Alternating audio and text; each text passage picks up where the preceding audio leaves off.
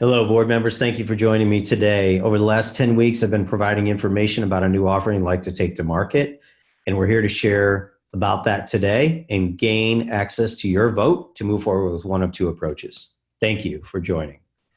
If we look at the data scale problem that we have today, we see that we're growing significantly, and we are able to process this data today with classical computers and some algorithmic capabilities that are out there today. You're familiar with Watson and some of the tools that we have from an AI perspective. Today's data scale is about, if we look at the largest data sets that are out there, it's about the size of a city block, an exabyte. And we're working with terabyte workloads, and we have about 5G speed. So a lot of you are technical in nature and understand, about the size of what we're looking at. For the future, we're looking at yottabyte scale data sets, which is the size of Rhode Island. Petabyte workloads and terahertz speed, about 1,000 times faster than 5G. So if we take a look at this problem, we see this enormous data growth. How do we process it? And how do we make sense out of the data? We do that by creating business applications, which IBM has pioneered most of them out there and has done a great job building out business applications. So the business applications today that we have are banking, finance, chatbots, augmented information. Business applications of tomorrow are driverless cars, internet traffic routing, city traffic routing, and much, much, much greater scale applications than they are today. To be able to do these calculations that we need to be able to look at the data, to run the algorithms, and to go from narrow artificial intelligence to super artificial intelligence, which is brain-like, human brain-like, to be able to get there, to handle the data sets. We have to do that with a quantum computer and new algorithmic capabilities from artificial intelligence that we're developing here at IBM. So the two, if we bring these two industries together, quantum computing and artificial intelligence, we see this being about a $191 billion market by 2025. Now, I've forecasted out a model through 2029, which we'll go through in a minute, at a compounding annual growth rate of about 30%, which is narrowly what the two are combined to be here below. If we look at the competitive side of this, our competitors, Rigetti with QBranch, Google and D-Wave, as well as Microsoft with D-Wave. These technologies are really focusing on how do we solve today's problems, business application problems, with quantum computing augmented with classical computers. All of the competitors are doing that. IBM's approach is how do we solve tomorrow's business application problems with only quantum computers via the cloud and leveraging super AI.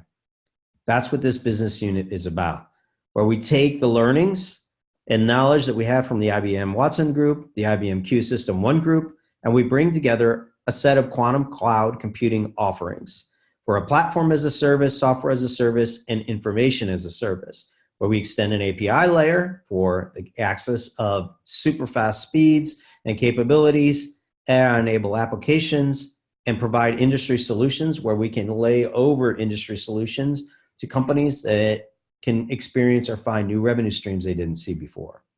There's two approaches, as I mentioned, both using the same CAGR growth rate. And I'm going to take a look at this to the right, more importantly. For today's $89,000 and $390,000, $482,000 investment over the next 2-year period, over 10 years, I forecasted out where I think we see net sales of $680 million. And how do we do that? We grow the business by a business plan with people and technologies in the background.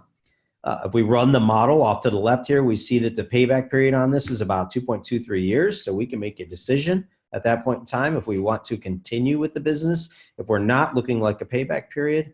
Internal rate of return on this investment is around 305%. And the net present value, you'll see in the chart here below. Effectively, that 2-year period is going to be our decision point for approach B. However, approach B has a huge upside compared to approach A. Approach B's upside in net sales is $21 billion, and our cost is going to be significantly lower. It has about the same payback period, so we can make a decision around the same payback period, but our upfront costs initially in year 1 are going to be a $2.5 million investment. It's very minimal in IBM's eyes. The internal rate of return on this investment is 734% over a 10-year period. And again, it's a $21 billion net sales. Net income is going to be around $10.2 billion. This is risk-free or free cash flow from my perspective. And I believe that we can take a look at, peel back the onion here a little bit about why I believe so. So we just made a huge investment in Red Hat, which drove down some of our free cash flow that we had before. Effectively, that Red Hat acquisition left us with about $7 billion in free cash flow in the bank. If we look at the table on the bottom left here, you'll see that we've got approach A and approach B compared to each other. And off to the right, you'll see the significant ROI return of 200% almost for approach A, but 1128% for approach B. If we look to the right in the chart that shows the drop off in free cash flow for 2019, even with that, we take approach B, we're still under 1%, even a 0.5% of free cash flows to start to dig deep into this offering.